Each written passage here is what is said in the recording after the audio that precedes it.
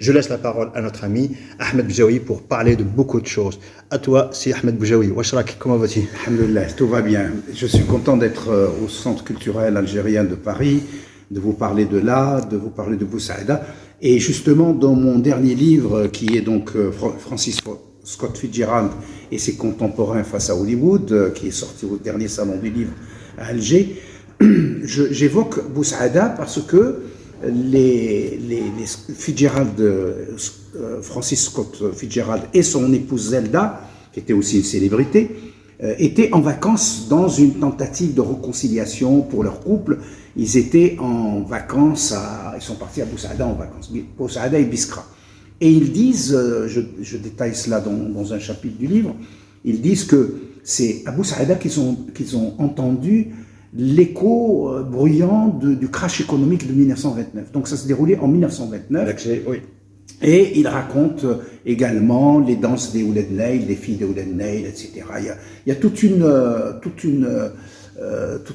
narration qui apparaît dans une des nouvelles de Scott Fitzgerald. Voilà donc pour cette relation littéraire avec Boussaïda. Mais Boussaïda, pour moi, c'est aussi une espèce de tentative de remplacer Hollywood, parce que quand Hollywood s'est lancé, on se souvient qu'Hollywood a commencé avec les films de Griffith en 1914 à peu près, 1913-1914, Naissance d'une nation, Intolérance. Il a construit des décors dans un boulevard qui s'appelait le boulevard Hollywood, et il les a laissés là. Et ça a été le départ. Et puis après, il y en a d'autres qui sont venus tourner, et ça a été le départ de cette aventure de Hollywood. Et alors, les Français, à cette époque-là, ils avaient des studios dans le Nord, à Billancourt, ils avaient des studios de la Victorine à Nice, mais ils trouvaient que si les Américains étaient partis si les Américains étaient partis à Hollywood, c'était parce que le climat était favorable.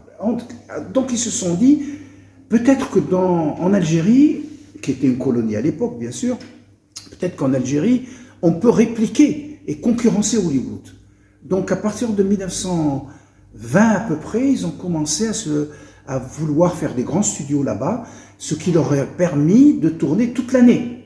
Et même en extérieur, parce que c'était l'extérieur quand même, c'était des décors construits, mais à l'époque, la lampe à incandescence n'existe pas encore, donc il n'y a pas de tournage au studio. Ce n'est que vers les années 20, fin des années 20, qu'on a inventé la lampe et donc l'éclairage, et donc le studio en interne.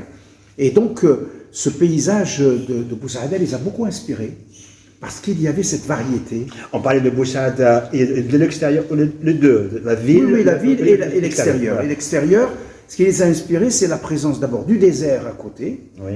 Pratiquement la proximité. À 240 km d'Alger. Voilà, la proximité d'Alger. Il y a une forêt également qui est là-bas. Oui. Il y a une montagne. Oui. Donc vous pouvez avoir à la fois le désert et des reliefs différents. Oui. Et donc quand vous vous installez pour tourner un film, c'est quand même commode de pouvoir bénéficier de tout cela. Et on va voir que les cinéastes algériens en ont profité largement. Donc il y a eu au début à Boussaïda, donc en attendant que ce projet de grand studio se fasse, il y a eu des cinéastes américains qui sont venus, comme Cecil B. DeMille qui a tourné quelques séquences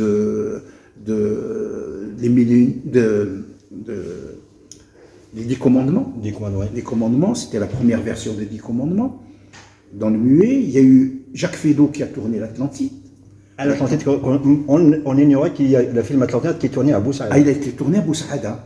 Il a été tourné entre Boussaïda et Biskra, mais majoritairement à Boussaïda. C'était l'idée de ce continent inconnu, à découvrir, qui s'appelait l'Atlantide. Et puis ensuite, il y a eu des films de Rex Ingram. Également, un Américain qui est venu tourner des séries. C'était To Be Continued, c'était des films à épisodes, qui étaient, dont la vedette était Rex Ingram. Ensuite, il y a eu pas mal d'autres films pendant les années 30. Après, à partir du muet, lorsque les Français ont abandonné l'idée de construire ces grands studios à Boussaïda, il y a eu une chute un peu d'intérêt pour Boussaïda. Au niveau du parlant, il y a eu moins de choses là-bas. Il n'y a pas sorte de désamour ou juste... Non, c'est circonstanciel parce que, en fait, il tournait à Boussaïda parce que c'était muet. Il n'y avait pas besoin de parole. Ouais. On tournait en extérieur. Et sachant, pardonnez-moi, cher ami, sachant que le premier documentaire, c'est muet en 1923. Oui, oui, le documentaire en 1923. En 1937, on oublie que Tahar Hannesh a tourné aux portes du Sahara, un film qui a disparu depuis, le négatif a disparu pendant la guerre mondiale. Bon, on pense que c'est une malveillance du système colonial qui ne voulait pas montrer un film d'un indigène, entre guillemets. Il a tourné donc un documentaire qui s'appelait Aux portes du désert, en 1937. Ensuite, il a tourné également, je ne suis pas sûr que ce soit à Boussaïda, mais peut-être à Biskra ou à Tolga. Il a tourné le premier long métrage algérien qui s'appelle Les plongeurs du désert. Le plongeur du désert. Avec Momo, qui plongeait en apnée sous les palmiers pour les purger. Pour les purger.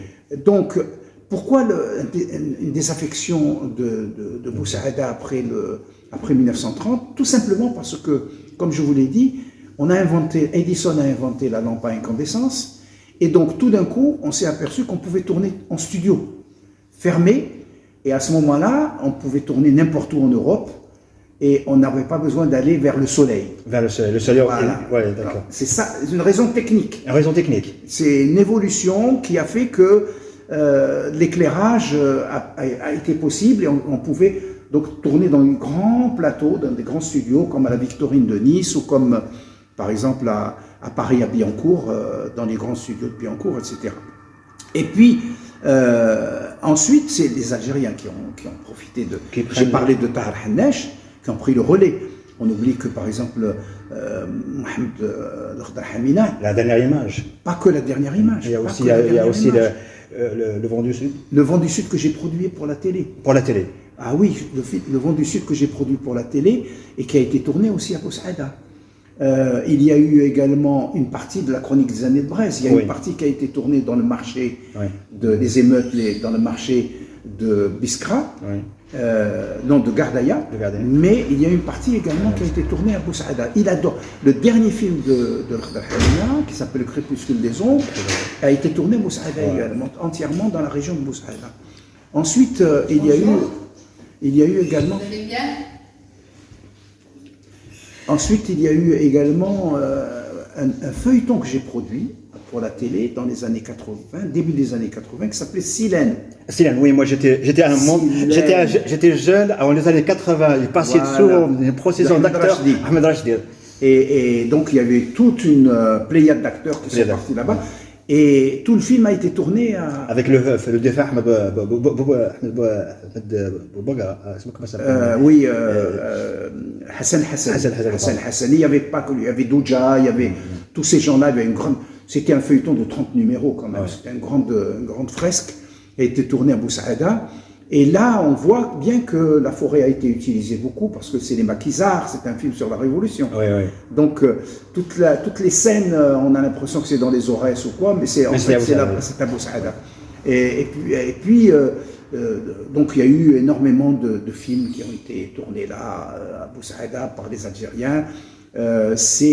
Ensuite, il y a eu à nouveau des rumeurs, des tentatives d'implanter des studios, parce que le cinéma algérien n'a pas de studio, n'a pas de laboratoire, n'a pas de structure. Donc depuis l'arrivée du président Tebboune, il a beaucoup insisté, il a beaucoup parlé de la nécessité de doter l'Algérie d'une industrie cinématographique. Voilà. Alors l'industrie cinématographique, bien sûr, ça doit marcher avec les salles, parce que sans public, vous ne pouvez pas faire une industrie. Mais l'idée de construire des studios et des extérieurs dans le sud a commencé à germer. Il y a une concurrence aujourd'hui qui se fait entre Timimoun et Boussaïda. Pourquoi? Parce que c'est la même... C'est... Bon, Timimoun, c'est loin. C'est loin. C'est le désert complet. Bon, peut-être que c'est le modèle de Ouarzazate qui a fait ça, qui a eu du succès.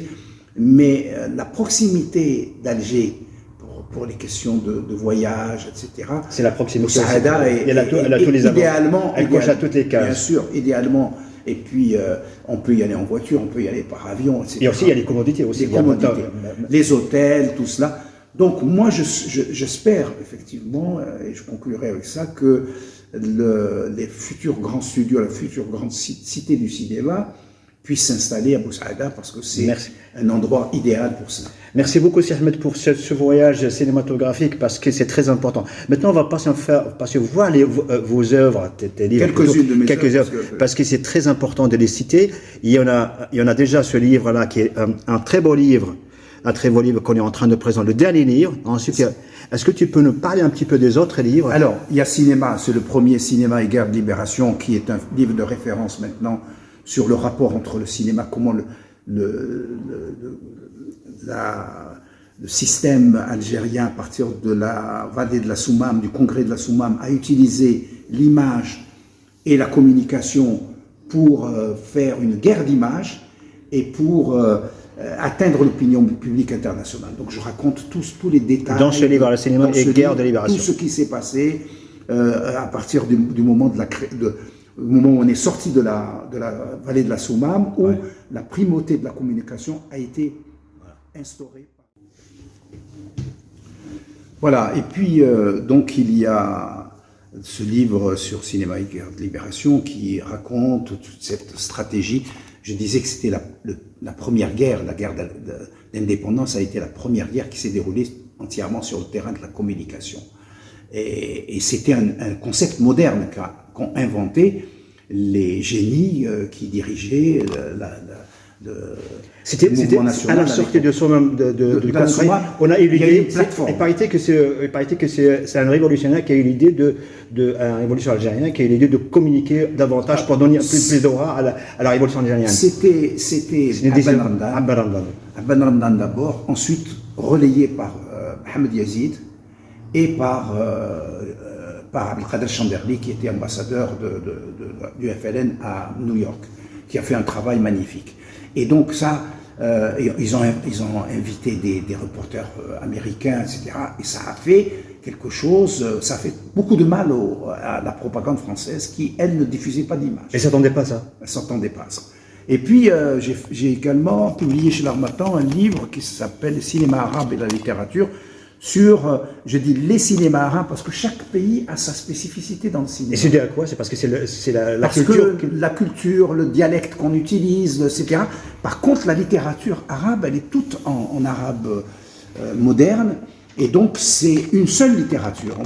On peut lire Neguib Mahfoud ou on peut lire Tahar Ouattara de la même manière.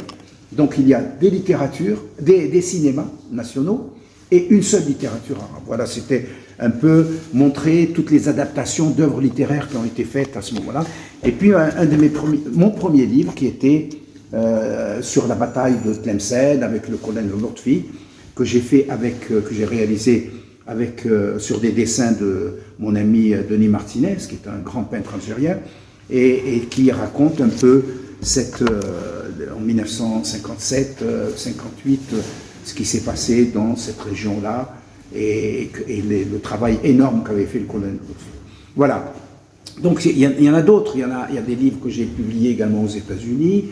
J'ai un autre livre qui est en édition actuellement. Mais voilà un petit peu le travail que j'ai fait pour transmettre, pour la transmission. Je voudrais simplement maintenant remercier... Avant de passer au remerciement, parle-nous un petit peu de ton voyage à New York par rapport à... Parce qu'il y a un événement majeur pour toi aussi. Oui, je suis invité à New York pour présenter en clôture du festival, d'un grand festival de New York du film africain. En clôture, on a réussi à faire programmer Africa is Back, qui est un film que j'ai produit lors de la tenue du festival panafricain, du deuxième festival panafricain, le PANAF, en 2009, et qui raconte un peu comment s'est passé ce festival. C'est un très grand festival avec presque 1000 invités. C'était vraiment quelque chose d'extraordinaire. Et l'année dernière, j'avais présenté le festival de 69. Auquel j'avais participé déjà. Donc voilà, c'est un complément. Et puis je vais présenter également notre film, Le Puits, à Washington. Et à la même occasion, est-ce que parce que je te soufflais l'idée qu'on ne peut pas, pourquoi le film de pluie, je l'ai vu, il est très important comme film. Est-ce qu'on ne peut pas le transformer en opéra? Parce qu'en voyant Carmen, quand j'ai vu Carmen, je me suis dit, c'est transformable. Bien sûr. Et ça, je vais en parler avec le producteur, le réalisateur, Lutfi Bouchouchi, qui a fait un film magnifique, vraiment un film magnifique. Moi, j'ai aimé beaucoup ce film. Ah oui, un film sur les femmes, sur la résilience des femmes. Et c'est vrai que ça ressemble à une tragédie de théâtre grec, et que ça peut être un opéra, effectivement. Je vais lui suggérer cette idée. Voilà. Je serais content d'avoir au moins participé d'une façon directe ou indirecte à cet épanouissement du cinéma algérien, parce que juste un dernier mot par rapport à Bousaada, parce qu'il faut qu'on parle un petit peu cet événement qui va se dérouler ici au Centre culturel. On remercie vivement monsieur le directeur et le personnel qui, en général, et en particulier Madame Fatiha Arab et Madame Amina Fa, qui nous ont aidés pour que, sans leur aide, sans leur orientation, cette journée-là ne verra pas le jour.